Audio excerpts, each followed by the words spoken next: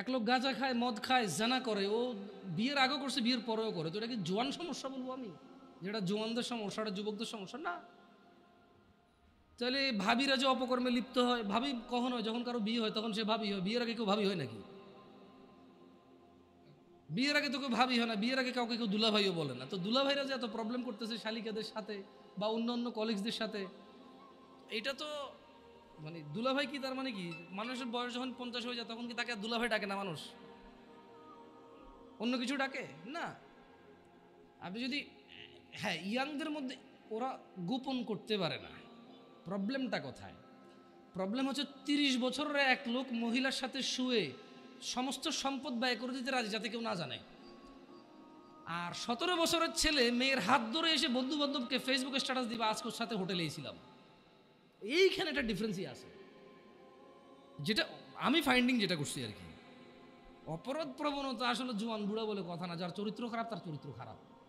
যে আল্লাহকে ভয় করে না সে করে না। ইসলাম মেয়েদেরকে চাঁদ বলেছে আর তোকে বামন বলেছে। বেটা তুই বেটা ছেঁড়া খাতায় শুয়ে লাখ টাকার স্বপ্ন দেখিস, বিয়ের আগে মেয়ের গায়ে হাত দিস? তোর সাহস কত? তোর সাহস কত? তুই জানিস না মুহাম্মদ সাল্লাল্লাহু আলাইহি সাল্লাম বলছে নেক স্ত্রী দুনিয়াতে যা আছে ওর চেয়ে বেশি উত্তম। তুই কি করে ওর গায়ে হাত দিস বিয়ের আগে?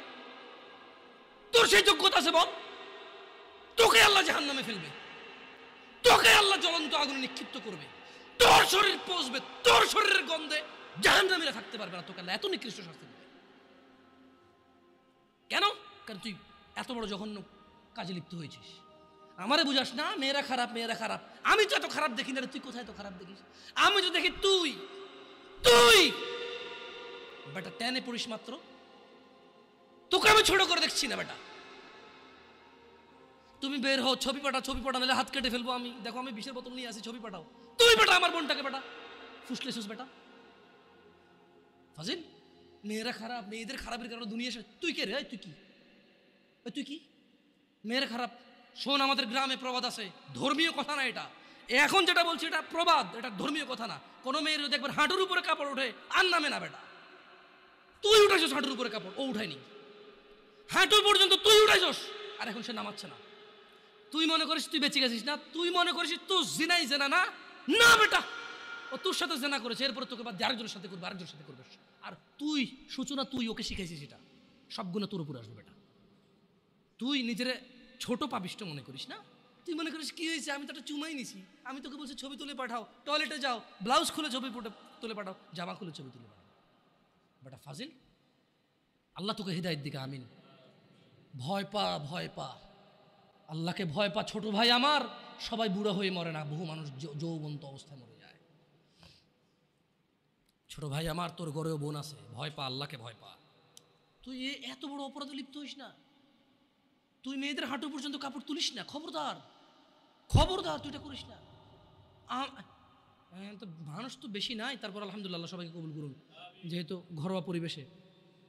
বলেন তো কোনো মেয়ে, আপনার বয়স তখন 16 বছর ছিল আর কি, আচ্ছা যান, কোনো একটা 14 থেকে 18 বছরের মেয়ে আপনাকে বলছে চলো আমরা একসাথে থাকি, বলেন 1 লাখ একটা পাবি না, 1 লাখ।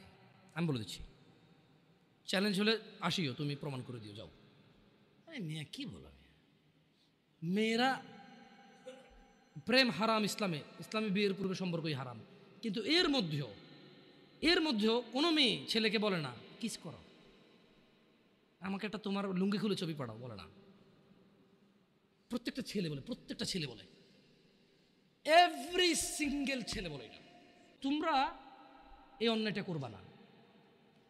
আর যদি তোমাদের মনে হয় যে না, তোমাদেরকে কোনো 16 বছরের 17 বছরের যুবতী মেয়ে বলছে যে মানে আজে বাজে অফার করছে, আমাকে বলিও। আমার ফেসবুক আইডি তো জানাই আছে না, আমাকে বলে ভাই ভাই ভাই এক আজব ঘটনা ঘটে গেছে ভাই, 16 বছরের মেয়ে আমাকে বলতেছে আজে বাজে কথা। না, কাঁটা দিয়ে কাঁটা তোলা লাগে সবাই বলে, কিন্তু কাঁটা দিয়ে কাঁটা তোলা যায় না। ঘিও সোজা আঙুলেই নিতে হয়, না উঠলে বাঁকা করা যায় না। বাঁকা করলে উঠবে, কিন্তু অন্যায় করতে হবে। মানে সোজা আঙ্গুলে ঘি ওঠে না, বাঁকা করতে হয় যারা বলে তারা কিন্তু বাঁকা মানে আঙ্গুলটাকে বাঁকা করবে বলে না, পদ্ধতি চেঞ্জ করবে বলে।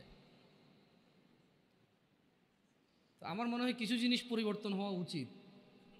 অ্যাজ এ উদাহরণ উদ্ধৃতি হিসেবে ভালো ফ্রেশ জিনিস আসা উচিত।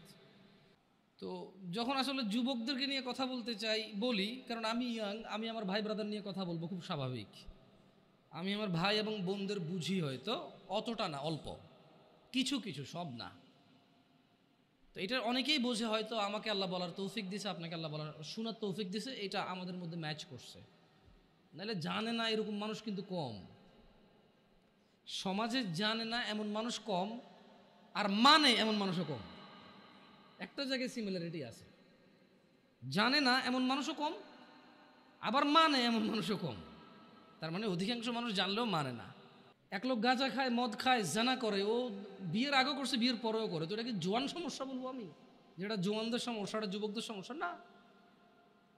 তাহলে ভাবিরা যে অপকর্মে লিপ্ত হয়, ভাবি কখন হয়? যখন কারো বিয়ে হয় তখন সে ভাবি হয়। বিয়ের আগে কেউ ভাবি হয় নাকি?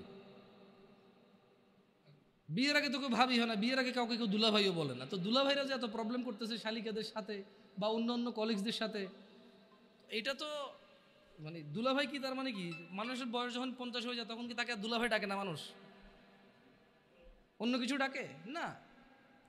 আপনি যদি, হ্যাঁ, ইয়াংদের মধ্যে ওরা গোপন করতে পারে না। প্রবলেমটা কোথায়? প্রবলেম হচ্ছে 30 বছরের এক লোক মহিলার সাথে শুয়ে সমস্ত সম্পদ ব্যয় করে দিতে রাজি, যাতে কেউ না জানে। আর 17 বছরের ছেলে মেয়ের হাত ধরে এসে বন্ধু বান্ধবকে ফেসবুকে স্ট্যাটাস দিবা, আজকে ওর সাথে হোটেলে ছিলাম। এইখানে একটা ডিফারেন্সই আছে, যেটা আমি ফাইন্ডিং যেটা করছি আর কি। অপরাধ প্রবণতা আসলে জোয়ান বুড়া বলে কথা না। যার চরিত্র খারাপ তার চরিত্র খারাপ, যে আল্লাহকে ভয় করে না সে করে না। প্রবলেম হচ্ছে 35 বছরের ছেলে তার কলিগের সাথে অবৈধ সম্পর্ক, মহিলার সাথে অবৈধ সম্পর্ক লিপ্ত হয়, এবং সে প্রয়োজনে এখানে চাকরি ছেড়ে দেবে, জমি বিক্রি করে ফেলবে, এটা যাতে কেউ না জানে। তাহলে কেন তার সংসার ভাঙবে?